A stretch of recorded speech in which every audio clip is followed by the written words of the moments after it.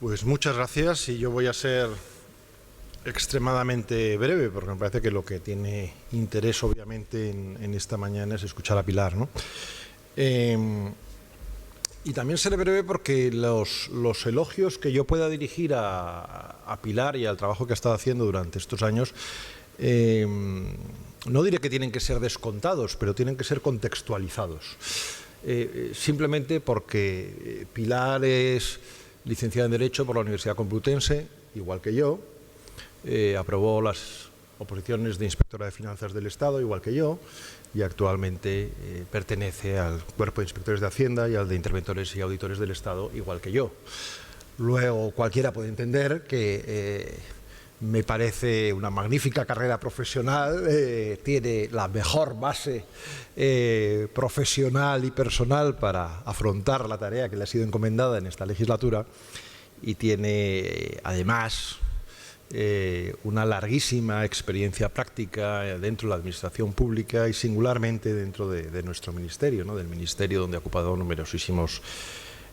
puestos de trabajo y muchas responsabilidades.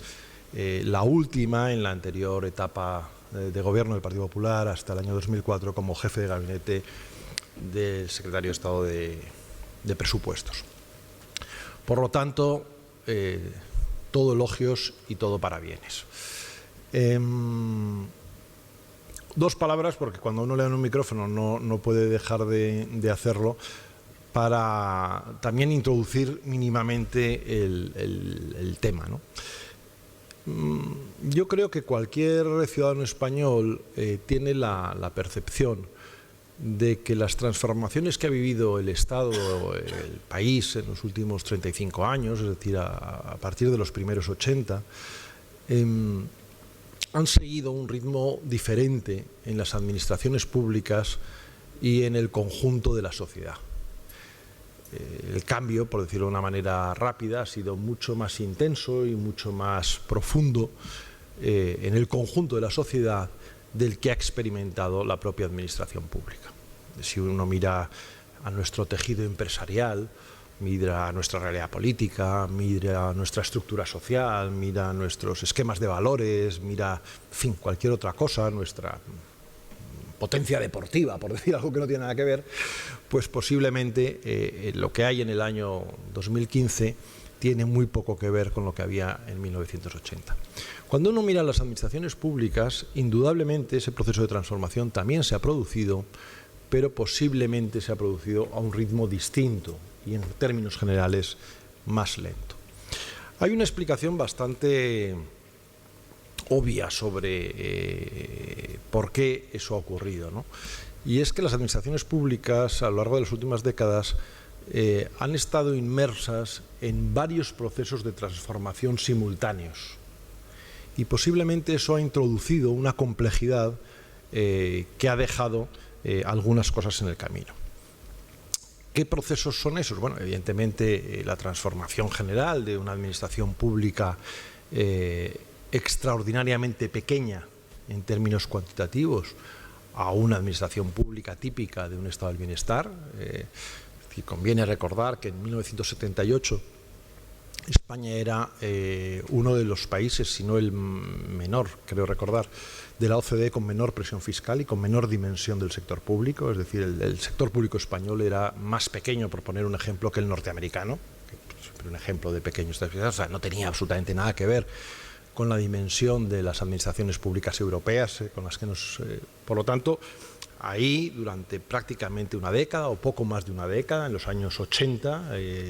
hasta mediados de los 90, se produce un crecimiento vertiginoso del tamaño de la administración pública, que está conectado pues, con la universalización de determinados servicios públicos, de la sanidad, de la educación, pero también con la mejora en general de las dotaciones administrativas y, por tanto,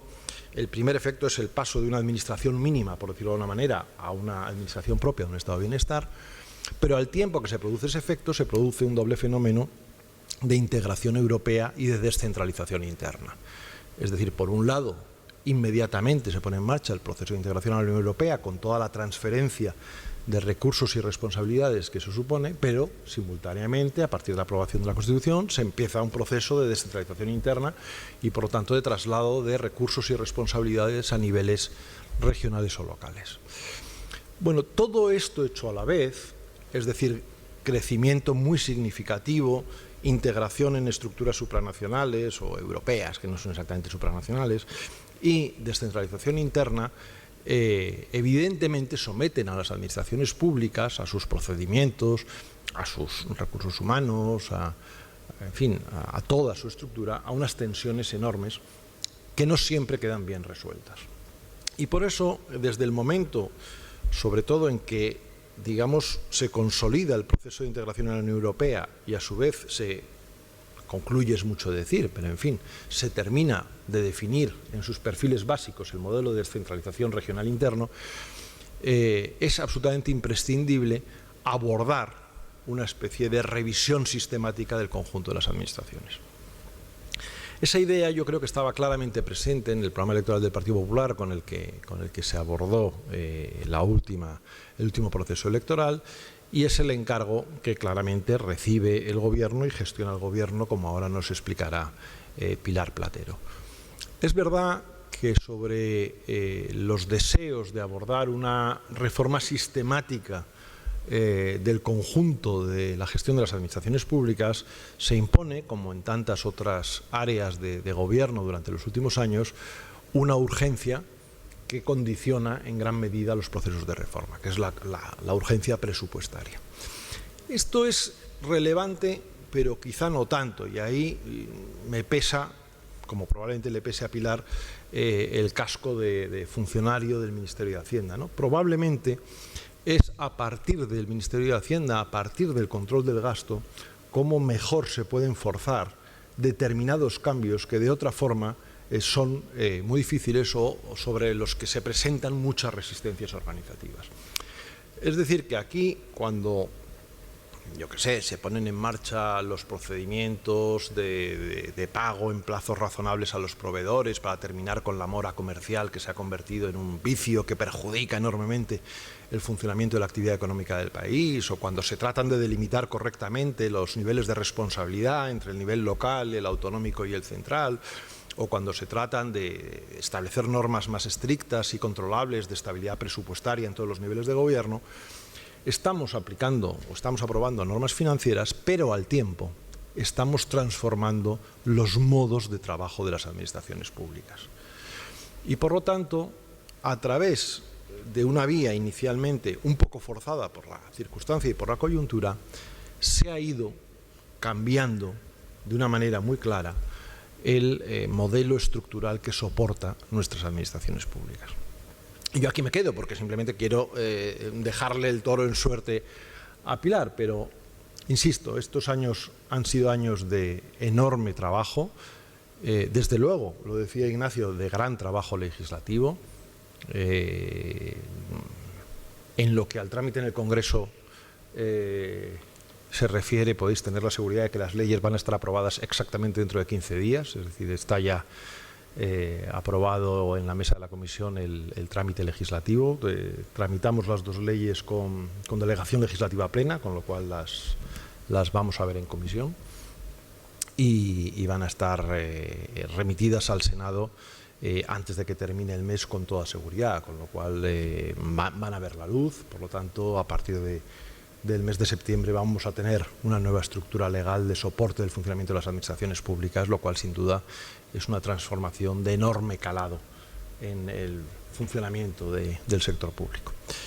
Y nada más. Muchas gracias, Pilar, por estar con nosotros, y tuya es la palabra.